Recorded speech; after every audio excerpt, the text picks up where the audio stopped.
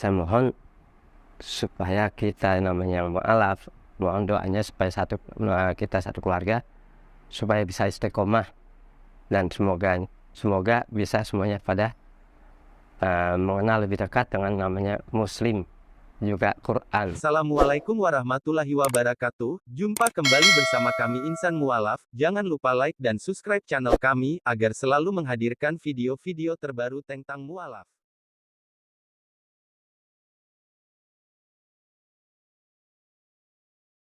Bismillahirrahmanirrahim. Nama saya Edward Alan Sakilah. Sebetulnya nama saya Edward, cuma mendapat tambahan dari Pak Kiai Najamuddin. Saya nggak sangka saya dapat tambahan nama dari Pak Kiai yang menggugah hati saya. Tadi saya tidak tahu kalau Pak Kiai itu, saya juga betul-betul nggak tahu, nggak sangka-sangka. Saya itu bagaimana ya, merasa tertarik aja. Sebetulnya bukan apa ya, setelah pelajari kalau lihat orang Islam tuh kayaknya kalau kita bilang tuh, tadi saya nggak tahu Islam tuh bagaimana, nggak tahu aja. Setelah saya ikut-ikut teman-teman yang suka pada sholat, kok kayaknya enak, terus sebenarnya juga teduh gitu loh. Saya jadi kayak sedikit tertarik, apalagi kalau masih ada dulu namanya Pak Kiai Haji Zainuddin, itu pun saya pingin, nggak taunya udah nggak ada kan ya. Itu saya gara-gara denger dia itu saya tertarik loh. Nah, kayaknya Pak Kiai Haji Najamuddin ini kayak seperti itu juga. Jadi selama ini pikiran saya, kok Islam itu tadi bagaimana, setelah saya dengar ceramah, bukannya ceramah-ceramah dari lisan. Nah, ini buka-buka Quran itu yang bikin saya tertarik sama cara orang Islam ini, kebersihannya juga suka saya tuh. Kebersihannya, terus juga anak-anak itu kalau saya perhatiin, anak-anak kecil kalau dari awal tuh pada ngaji pun saya dengarnya juga enak gitu loh. Satu itu, tapi bagaimana kayak hati kecil kita juga udah tertarik sama Islam gitu loh. Karena memang kalau orang yang nggak tahu, yang ada jiwa kasih, setahu saya kan dulu Katolik, tapi nggak tahu aja Islam pun lebih daripada kasih loh, gitu, lebih daripada kasih. Nah itu makanya jadi lebih tertarik. Nah dulu sebelum saya masuk Islam, betul-betul lihat amit-amit ya kalau kita bilang punya anak perempuan, anak saya perempuan 4. Nah kalau satu aja disenangi sama orang Islam, aduh, bencinya benar-benar benci, karena perasaan tuh orang Islam itu tukang kawin. Iya, tukang kawin. Nah, tapi setelah ikutin dari Pak Kiai Haji Najamuddin yang di Yayasan Kasana Kebajikan, terus saya tanya gitu, dia jawabnya dengan suruh buka surat sekian, ayat sekian. Nah, baru saya sadar, jadi sebenarnya di Islam pun tidak mengajarkan untuk kawin berapa kali. Nah, bisa nggak dia berbuat adil, dan bisakah dia mampu? Nah, kan otomatis kalau saya bilang itu sebenarnya tidak ada yang mampu bisa, apalagi adil. Nah itu sebenarnya sama kayak Katolik juga kan, dibilang apa yang dipersatukan oleh Tuhan tidak bisa dipisahkan oleh manusia. Nah sama aja kan, cuma nah di Islam pun sama, bisa nggak dia berbuat adil gitu kan. Kita tidak ada namanya manusia itu bisa berbuat adil kecuali malaikat ataupun yang maha kuasa kan gitu. Itu yang saya suka, jadi saya pikir lagi kok enak. Itu pun saya juga masuk Islam pun juga betul-betul nggak ngerti apa-apa namanya. Saya setelah masuk Islam, saya karena sama istri berdua aja. Nah itu masuk pun namanya mau ikut sholat aja saya masih bingung. Dengar orang ajan aja saya pikir lah teriak-teriak, karena ya nggak tahu artinya, cuma Allah Akbar, tapi nggak tahu artinya. Itu pun berkali-kali saya itu belajar sendiri semua ya, sampai namanya yang dibilang iqomah itu pun jarak saya setelah masuk Islam sampai bisa tahu namanya orang Islam tuh sholat. Saya pikir kayak orang Katolik, jadi masuk bareng-bareng, nggak tanya enggak, jadi nggak tanya udah ada sholat sunnah. Itu saya sendiri belajar sendiri sampai yang ikutin sana sini saya mengpilah-pilah semua. Oh iya, Islam itu sebenarnya kita diajarkan untuk masuk masjid aja ada doanya. Untuk sebelum masuk masjid kita diajarkan untuk bersuci diri dulu. Jadi insya Allah sebelum kita masuk masjid, dari jasmani kita itu pun udah dibersihkan. Itu pun juga ada batas-batas suci. Bukan kita, maaf ya, enggak menyinggung ke agama-agama lain, enggak. Cuman kita itu di Islam itu diajarkan untuk kebersihan gitu. Jadi kita ada batas suci gitu loh. Jadi kita mau pakai sendal ataupun sepatu yang kira-kira kita beli 5 juta atau 10 juta, itu tetap enggak ada harganya. Kita ada batasnya gitu. Jadi itulah yang bikin saya tertarik kok Islam. Jadi saya iri kok Islam ini mengajarkan kita itu untuk pertama, jadi tidak ada sebetulnya kalau Islam kita benar-benar dijalani semua umat Muslim, kayaknya semua itu makmur lah. Karena apa? Dari kita lihat aja, dari dia punya sendal mau sepatu harga 10M atau 10 juta sama taruh di luar. Nggak ada orang masuk masjid pakai sepatu atau sendal, nggak tahu ya. Yang saya tahu sehari-hari cuma gitu. Jadi saya lihat kok ini gitu, saya lihat kok enak gitu ya. Jadi masuk masjid tuh yang mau pakai sarung, mau pakai sepatu sepatu lepas. Paling kita bawa pakai kain sarung atau celana koko, itu sama aja. Ada kayak nggak ada miskin gitu loh. Jadi nggak ada terus sepatu dipakai, sendal dipakai gitu. Jadi senang lihat kok bersih gitu loh. Itu dari segi yang saya lihat aja itu bersih. Jadi agak sedikit ngiri saya, kok bersih gitu ya, kenapa bisa bersih gitu loh, kok bisa dijaga kebersihannya gitu loh. Itu baru yang saya lihat itu aja. Sebenarnya kalau ini pun kalau di agama Islam baru saya tahu lagi, banyak sekali aturan ini untuk mensucikan diri sendiri juga. Dari buang air kecil, saya tadi waktu itu juga nggak tahu kenapa buang air kecil. Saya waktu itu ya setelah masuk Islam saya tidak tahu juga loh, pas buang air kecil sama ikutan temen ikut mau belajar sholat, dilarang. Kenapa Pak? Bapak kan tadi buang air kecil di situ tapi nggak cebok. Emang kenapa nggak boleh Pak, harus cebok. Jadi ada aturan. Oh, jadi namanya buang air kecil aja ada aturannya, itu untuk kebersihan. Nah itu jadi segala sesuatu udah diatur loh kalau Islam itu. Sebenarnya makanya kalau Islam diikutin benar bersama orang Muslim semuanya, kayaknya makmur terus juga sejahtera, saya rasa gitu aja. Kayaknya begitu Pak. Ngerasa agak malah mau nangis, kayak haru gitu. Saya itu kadang-kadang bukan apa Pak, kalau yang kelihatan nggak kuat hati suka masih kayak cewek, kayak anak kecil nangis gitu. Saya makanya kadang-kadang kalau udah gitu nggak berani nerusin, takutnya kayak sedih gitu, kayak haru gitu. Dia ngerasa seneng aja sebenarnya, cuma saya nggak tahu sampai di situ kenapa. Kalau jadi itulah kadang-kadang orang Muslim sayang sekali. Jadi beda sekali sama di tempat orang Kristen atau Katolik. Kita bukan jelek-jelekin Islam ya. Jadi kalau orang Islam itu tadi gitu, kalau sudah mensadarkan mensadarkan orang, kok sayangnya dilepas gitu aja, nggak ada kontrol, minta WA kayak apa, nggak ada ini bilang ya. Sampai saya nyari-nyari waktu itu sama istri saya sampai udah berapa bulan sama, makanya saya agak lambat karena nyari-nyari sendiri sampai ke katanya ada Mualaf Center. Saya cari sendiri pertama sebelum Mualaf Center saya di Villa Mutiara itu dalam Curug, arahnya kayak ibu tadi kayak gini. Terus ya itu ini Pak, Islam yang gini-gini Pak, kalau Islam tuh ada Esa, jadi kita itu harus gini, ngikutin semuanya, ngikutin Nabi, jadi pakai yang cadar. Tapi saya pernah yakin kenapa pakai cadar semuanya harus hitam. Tapi lah kita kan hidup di Indonesia kan nggak ada gitu-gitu. Saya kan jadi nggak, baru 2 kali saya ke situ ke Ustadznya. Terus jarak lama ke Mualaf Center Cibubur, saya ke situ, cuman dia pakai ada item-itemnya gini sama cengkang. Saya tanya, habis kayak Pak Kiai juga pakai aja, asal nanya disuruh buka inilah dibilang yang ahli surga, ahli ibadah. Nah terus saya orangnya kan paling cerewet, apa saya tanya lagi sama orang, kok gini, saya ketemu orang gini. Oh bukan Pak, kalau yang dibilang ahli ibadah, ahli surga itu yang benar-benar sholat, nggak perlu harus dipamerkan katanya. Itu kalau kayak gitu itu bisa juga ria, nggak perlu, Allah nggak perlu kayak gitu. Benar-benar kita mana yang benar ibadah apa enggak kan dilihat dari situ katanya. Nah udah sempat juga di BBM Depok Islam lagi, saya ketemu teman-teman. Nah diajak ke situ, katanya LDI.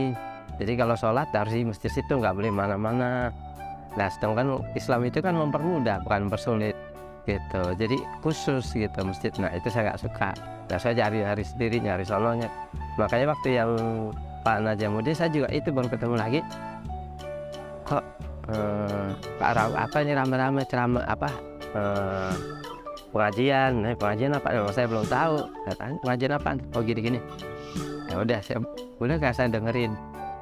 Saya itu pun saya juga malu gak malu, orang masih pakai celana praktis masih udah berapa hari. Udah dengerin. Kenapa Pak? Saya tanya. Ya saya dari Katolik masuk Islam tapi belum ada yang ini, pengen tahu aja. Bener masuk situ. Ya itu saya kok.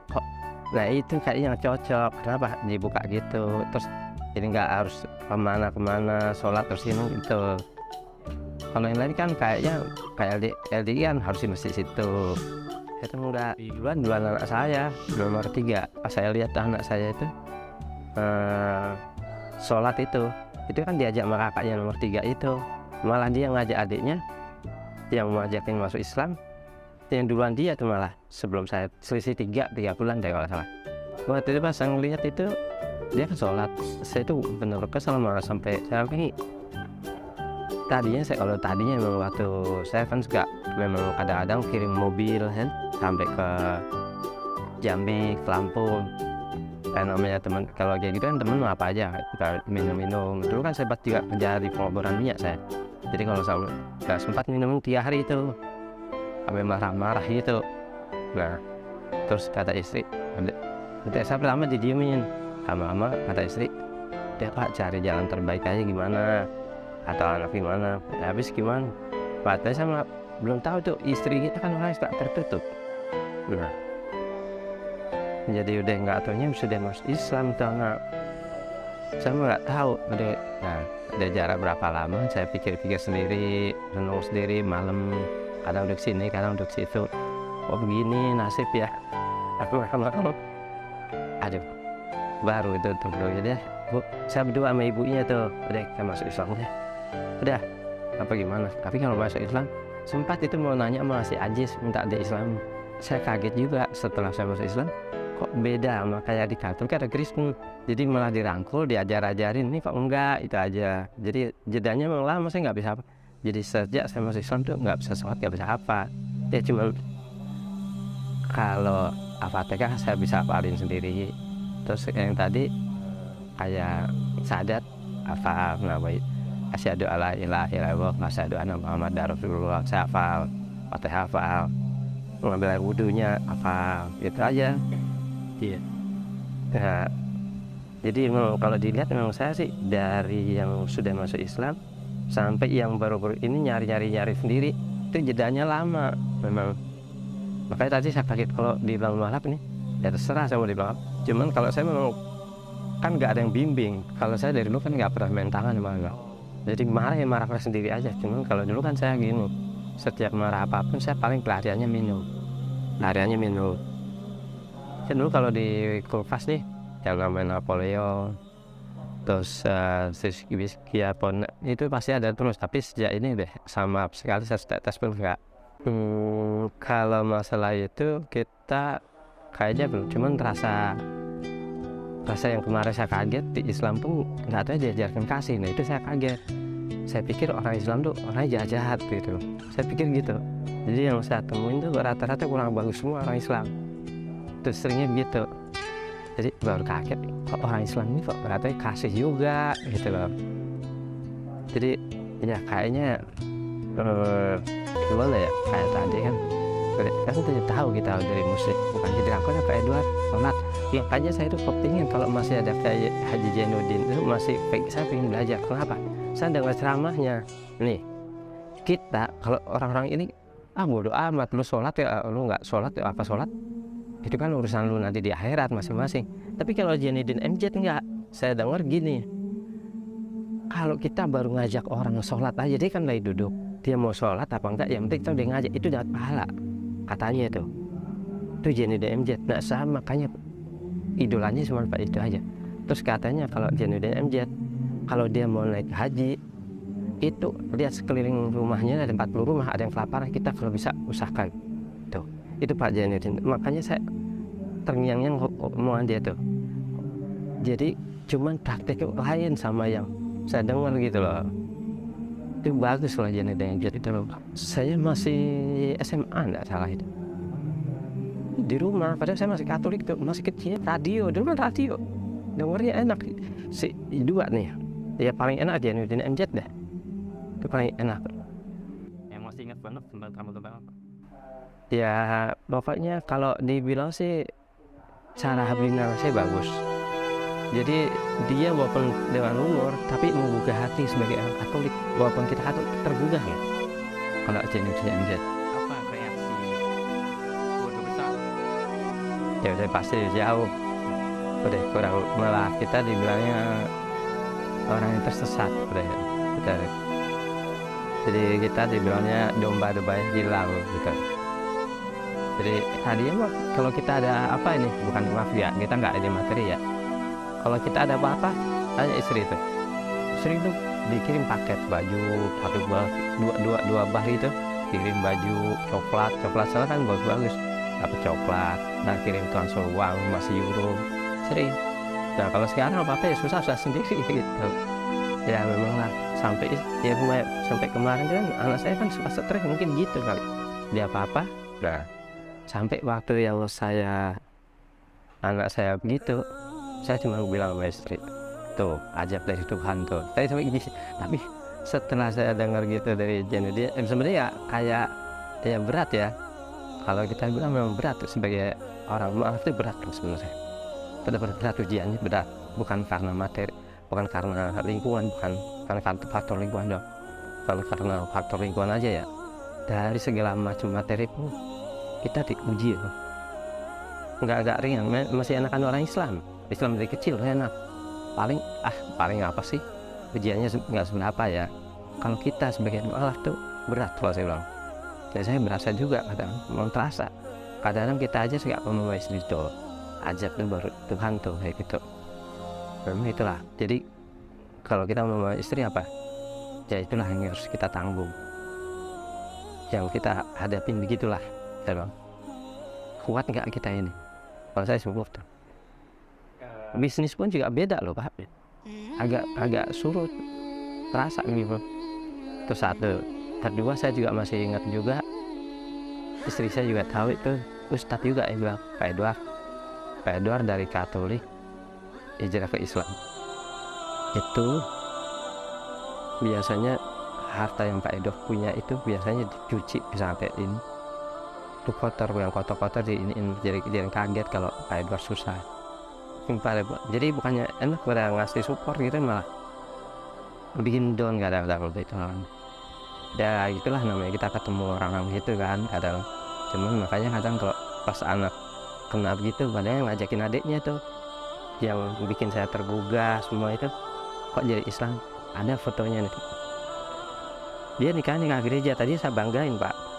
Tadi saya banggakan itu. Wah atau aja malah dia mau belajar Islam. Tadi guru agama di Katolik di gereja, dia ngajakin adiknya mah ke Islam. Ada pengajar itu. Sampai saya titipin ke temen itu mau pindah, saya kaget juga itu. Saya udah lama juga tapi Pak. Saya baru 220. Ini ada duluan ini. Ini anak saya yang terakhir nih, malah yang masih kuliah. Yang belakang lagi. Itu kakak yang bontot. Ini malah yang bontot nih sendirian nih. Oh dia Juni malah. Jadi selisihnya jauh. Ya rasanya seneng aja. Pengennya sih gitu. Cuman dari dulu kan kita namanya kadang-kadang masih walaupun masuk Islam tapi kayak masih ragu terus. Karena apa? Pertama belum bisa, terus ngeliat orang lingkungan kok kayak Islam gitu. Jadi kayak masih ragu terus. Nah saya itu bikin kemarin kuat itu sama Pak Zainuddin aja tuh. Jadi makin sedikit-sedikit kuat, sedikit serak gitu. Nah kayak kemarin lagi semangatnya diteguhkan lagi. Jadi kendor. Saya tuh orangnya gampang gimana ya kalau dibilang ya, suka anak saya juga suka negor sama ibu, Pak, Bu, Bapak sholat gak itu? Suka ditegur terus emang. Ya kadang-kadang kita itu suka kayak gini. Nanti kalau bisnis masuk baru deh sholat. Kadang gitu. Suka kadang-kadang godaan juga sih. Kalau saya harapannya insya Allah saya sih gini ya. Mudah-mudahan orang Islam ini cepat pada sadar, cepat pada bangkit, jangan sampai kemakan apa gara-gara ini. Biasanya kan karena materi dia bisa digoyahkan dengan imannya dengan materi, dengan uang ataupun jabatan. Itu aja saya pikir. Itu mudah-mudahan orang Islam pada cepat sadar. Kenapa? Kalau sekarang kita lihat aja, kemarin di Ka'bah aja udah ada hujan salju, ada itu harusnya gersang. Kalau saya perhatikan itu berarti udah mau deket-deketin hari kiamat. Nah, makanya pengen saya tuh orang-orang Islam pada cepat sadar, istilahnya cepat luas diri. Jadi gimana ya, kalau saya pengennya sih yang tadinya sholatnya malas-malas makin rajin. Kenapa? Itu tiang agama, kalau kita udah ingat sholat, insya Allah kan syukur-syukur pada rajin. Jangan cuma ngaji-ngaji aja, belajar Quran itu dipelajarin, jangan buat disimpan. Betul, saya aja yang nggak bisa baca, nggak bisa lihat huruf Quran baru dibilang apa, ikro, pengen belajar, pengen tahu gimana sih gitu. Sebenarnya kalau Islamnya benar-benar sadar, apa sih bikin seksi-seksi di sekte-sekte, cukup yang penting kita itu nggak usah oh iya saya nomor wahid, oh saya nomor satu, yang penting Allah lah, kita tetap aja gitu. Karena takutnya kalau pecah-pecah itu nanti gampang diadu domba. Ya maaf aja ya, kita bukannya sok sujon ya, itulah nanti kelemahannya Islam. Kalau sudah diadu domba, ibaratnya Islam ini umatnya banyak, nanti seperti di laut loh, kayak laut itu kan samudra yang besarnya banyak, cuman nanti sirna gitu aja, kan sayang. Padahal kalau kita kaji benar Quran, pelan-pelan ya pelajari, jangan buru-buru aja kok. Saat selembar, satu surat, satu ayat, dikit-dikit terus saja.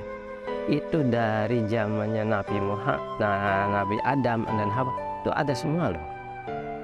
Itu benar-benar sudah ada di situ semua. Coba aja nanti kalau memang orang Islam tidak mau pada sadar, sayang.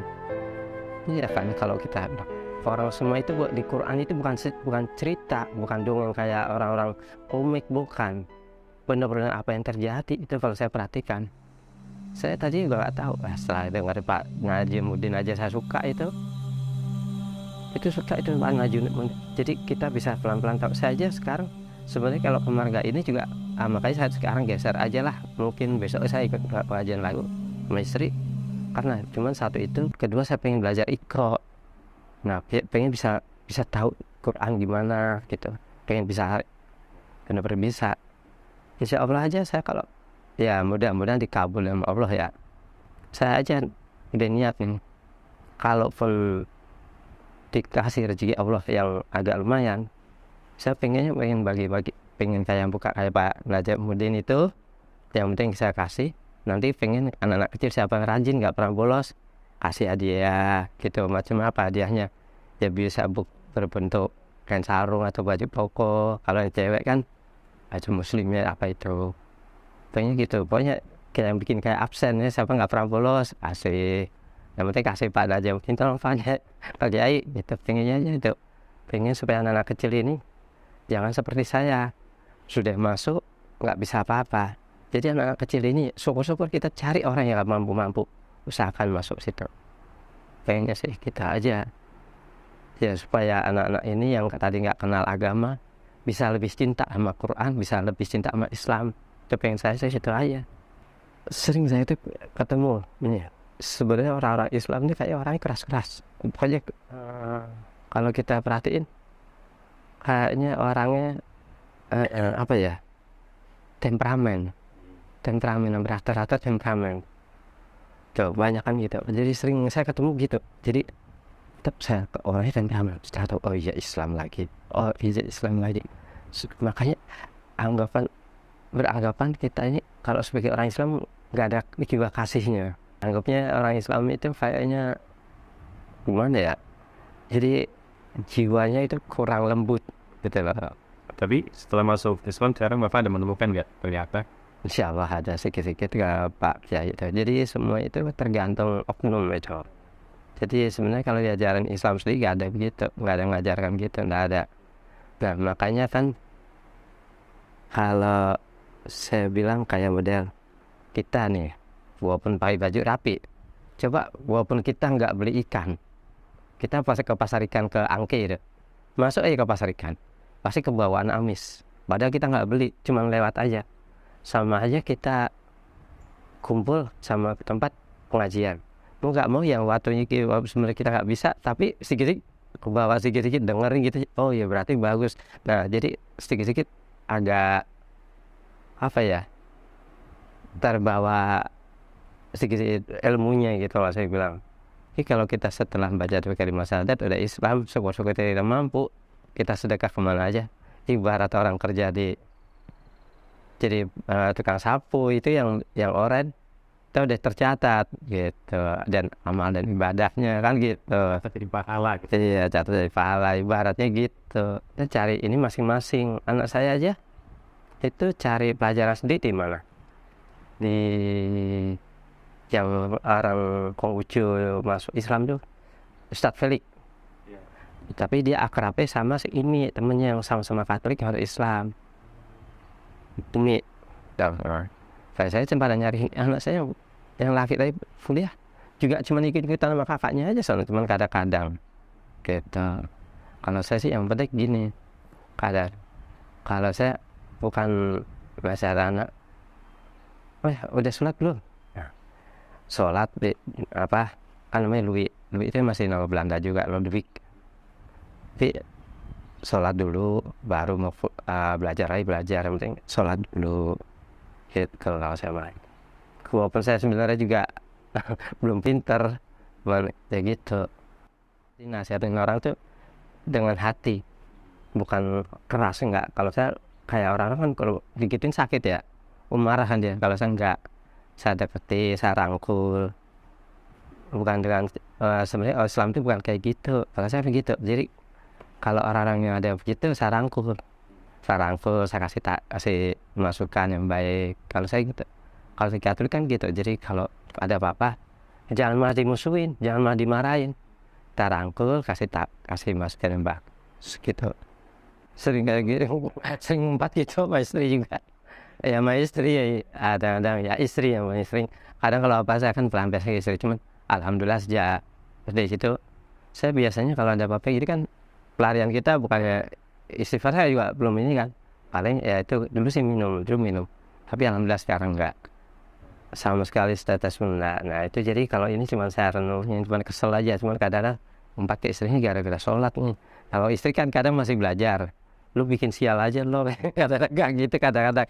Cuman lama-lama, nah kemarin saya juga ngaku ke Pak Kiai, ya Pak Kiai tadinya saya kalau kan juga kadang-kadang dibacain, jadi kita merasa juga terus merasa ini ya Mbak, jangan kalau ini sholat, orang sholat apa ya katanya, ini gara-gara sholat gini. Saya langsung kerasa aja, langsung ngomong aja nyeplos, iya Pak Kiai, tapi kan sekarang dia gak pernah marah kayak gitu aja. Dia sebelum dia panjang lebar, kalau saya kan gitu, daripada ntar panjang lebar ngomongnya ke soal sini Pak Kiai, kalau saya gitu, ya Pak Kiai kalau dulu memang saya suka marahin istri gini, suka bikin sial, bikin apa, tapi kan sekarang enggak Pak Kiai. Setelah saya dengerin Pak Kiai kata Pak Kiai jujur katanya depan jamaah, aduh. Ya setiap kita ada pertanyaan tuh jawabannya bisa enak. Terus saya tuh bukannya kayak dinasihatin dengan omongan kita aja, enggak, dibukain Quran ya, itu saya bikin tertariknya situ, makanya saya jadi pengen bisa belajar Quran. Jadi apapun dia bukan jangan gini kan, kayak kalau orang tua kan cuman saya gini dinasihatin kan, kalau ini enggak, dibukain Quran surah sekian, ya coba gini. Itu saya bikin tertarik, oh iya, jadi semua itu ada ayatnya gitu lah. Itu saya tertarik. Kenapa? Saya itu kayak apa ya, saya itu orangnya tipikal saya orang penasaranan, jadi nggak mau kalau cuma omongan aja gitu. Jadi kalau gitu jadi puas saya beda orangnya loh. Kadang-kadang kalau udah tingkah laku orang gini, aku nggak di ini Islam, tapi kok tingkah laku orang Islam gini, itu loh. Jadi kita kayak berpikirannya kita kayak itu global, padahal kan itu nggak boleh, oknum kan itu. Ya terus saya baru tahu. Nah itu saya bisa tahu itu setelah di Quran itu ikatan aja. Jadi semua itu cuma oknum. Jadi bukan Islam tuh nggak mengajarkan gitu. Terus apa kegiatan kajian sama Pak Kiai itu apa? Saya cuma tadinya kan saya sebenarnya nggak ada yang ngajak, ada apa. Saya ke situ secara kebetulan aja. Saya namanya pengajian aja nggak tahu. Benar-benar nggak tahu. Makanya saya bilang memang lama saya bilang masuk Islam. Cuman namanya pengajian yang nggak ngerti, denger aja nih belum tahu. Iqomah itu aja saya waktu yang tadi saya bilang bisa tahu di Kedoya. Oh jadi gini, oh nggak tahu setelah ajan ada jeda 7 menit apa 8 menit iqomah. Oh gini, oh itu baru sholat bareng-bareng. Nah, itu saya pun baru tahu juga itu, makanya jedanya lama itu lama gitu. Jadi ya memang kita nyari-nyari sendiri sih. Jadi apa-apa kecuali kalau ada yang mengarahkan ya mungkin cepet lah ya. Ini kan kita nyari-nyari sendiri, apa-apa sendiri gitu. Terus saya sama anak-anak juga kan komunikasi kurang, jadi udah Islam ya udah. Jadi kita pun nggak ini itu. Jadi anak-anak juga paling anak saya aja yang masuk Islam duluan negornya ke ibunya. Oh, bapak sholat ya? Kak, cuma ya tidak goreng ibunya. Dari ibunya ngapain kita. Anak kita mana anak juga kurang ini. Jadi ya paling gimana, kecuali dia ya gimana kayak anak saya nih, kadang-kadang yang tadi terakhir Islamis ya, beli udah sholat subuh loh. Sholat subuh. Ya, sekali 2 kali. Cuman kadang kalau kesel kan cuma ngomong doang saya. Ntar lama-lama kalau ini Mbak siram loh. Udah cuma itu, padahal cuma ngomong, belum pernah saya itu. Namanya main tangan belum pernah saya. Ya walaupun tukang minum tapi nggak pernah main tangan sama ya. Kalau saya sih gini ya Pak, memohon supaya umat muslim yang sudah beragama muslim dari lahir ataupun dari kecil ya, jangan malah sampai kalah sama yang mu'alaf. Kita pun yang sebagai mu'alaf itu ujiannya nggak dikit, berat. Ya pertama dari pihak keluarga kita dijauhin, itu ya istilahnya dari keluarga udah pasti kita aja dibilang apa, domba-domba yang hilang. Ya itu memang itu, kalau itu kan dibilang apa, terus kita itu dianggapnya kayak ya istilah tersisih lah ya dari pihak keluarga. Sama kadang-kadang orang muslim sih kurang welcome. Nah makanya kita minta supaya orang-orang muslimnya sendiri yang tadinya sholatnya cuma kadang-kadang, kalau lagi ingat sama Allah, lagi dikasih ujian baru sholat, ya kan, kebanyakan gitu. Nah kalau kita pengen sih jangan sampai malah apa ya, lemah iman. Nah, kalau bisa makin teguh, makin semangat. Insya Allah namanya cobaan, namanya manusia tuh nggak lepas pada cobaan. Nah kita aja namanya cobaan aja juga bukan sedikit, apalagi kita sebagai mu'alaf tuh cobaan nggak dikit. Masih enak orang muslim yang dari lahir ataupun dari taruhlah dari lahir dari keturunan itu cobaannya nggak seberapa. Kita yang namanya mu'alaf aja Pak ya, istilahnya Islam baru, cobaan lebih berat, tapi nggak harus kendor gitu aja, nggak mau patah semangat. Ya namanya cobaan tuh orang masih ada, apalagi cuma masalah materi duniawi. Buat apa sih sebenarnya kita takut? Kita apalagi kalau yang terus baru dikasih cobaan masalah diuji materi, diuji dalam kekurangan materi aja, dia udah hilang semangat, malas sholat. Insya Allah kalau bisa jangan. Kalau saya cuma itu aja. Jadi tetap semangat sholatnya, kalau bisa rajin-rajin, jangan Quran itu cuma dibawa ataupun ditaruh aja. Coba dipelajari dikaji. Itu isi Quran tuh indah. Kalau saya bilang, saya pun yang bikin tergugah itu. Tadi pun saya juga Islam, asal Islam kan, masuk Islam, cuma nggak tahu. Begitu dengar Pak Kiai Haji Haji Mudin yang di Yayasan Kasana Kebajikan, langsung yang tadinya juga sama istri keras, lihat ada ujian ini tuh juga kurang gimana ya. Tapi setelah dengar dari Pak Kiai ini, saya ada pertanyaan apa-apa, buka Quran, itu yang bikin saya terubah. Semuanya itu jadi berubah loh, berubah drastis. Itu baru dengerin aja, padahal saya nggak ngerti apa arti Arab gitu kan. Udah ya udah berubah. Nah, makanya sayang kalau orang-orang yang sudah dari Islam dari lahir, terus apa ya, dikesampingkan itu buat sholatnya, terus untuk mengkajinya Quran, itu sayang kalau saya bilang. Saya aja yang belum bisa aja pengen bener pengen bisa, insya Allah kalau bisa pun, kalau bisa sholat yang rajin, tahajud lebih bagus tuh, insya Allah tuh Allah juga maha pengasih kan. Cuman saya rasa nguji umatnya itu nggak mungkin seberat yang kira-kira dia nggak mampu, tuh nggak mungkin, pasti ada jalan keluar. Ya itu aja, mudah-mudahan kita pengen sih ya, kalau bisa umat-umat muslim ini jangan, kalau bisa nih, kita bukan masalah apa ya, bisa nggak kira-kira seperti kayak orang-orang kita ini, ada salat asar, taruhlah ya seperti kayak agama kita yang asal, seperti kayak di Katolik. Jadi kalau orang yang mampu, janganlah malabat foya-foya. Taruhlah lihat orang-orang yang nggak mampu, orang yang yatim piatu, janda, coba disubsidi. Jadi kalau di Katolik kan gitu, subsidi silang. Ya, bisa nggak orang muslim begitu? Jadi selagi dia punya, malah apa ya, pamer ke kepunyaan, kekayaan. Sebenarnya itu kan sebenarnya cuma apa ya, kalau kita bilang kiasan. Jadi ujian begitu, kuat nggak itu dikasih kekayaan, kan gitu. Coba dia coba aja dipraktikkan seperti kayak subsidi silang. Jadi dia merasa mampu, misalkan bantu yang nggak mampu, itu aja. Cuman sayang itu sebenarnya kalau di Islam diterapkan seperti kayak di Katolik, kayaknya nggak ada orang Islam yang ini, insya Allah makmur. Cuman kadang-kadang kan gitu, orang udah merasa punya, terus malah lupa. Jadi malah kadang-kadang ya namanya, apalagi anak-anak yang yatim piatu itu kan, ya kalau dia nakal wajar lah, mungkin kurang kasih sayang.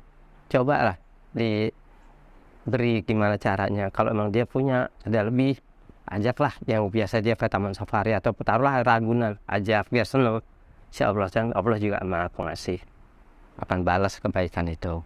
Ya Allah sebenarnya. Bismillahirrahmanirrahim. Saya mohon kepada kawan-kawan yang muslim semuanya, ataupun yang mu'alaf ya, saya mohon doanya. Mungkin dari doa-doa teman-teman yang muslim dari kecil ataupun dari lahir ataupun yang mu'alaf, saya mohon supaya kita namanya mu'alaf, mohon doanya supaya kita satu keluarga supaya bisa istiqomah, dan semoga bisa semuanya pada mengenal lebih dekat dengan namanya muslim, juga Quran, yang namanya kita juga belum tahu Quran, baru masih tahap belajar, masih mendengarkan kajian dari Pak Kiai Haji Almudin. Ya, kita mohon doanya dari teman-teman semuanya supaya kita bisa satu keluarga bisa istiqomah. Syukur-syukur kita bisa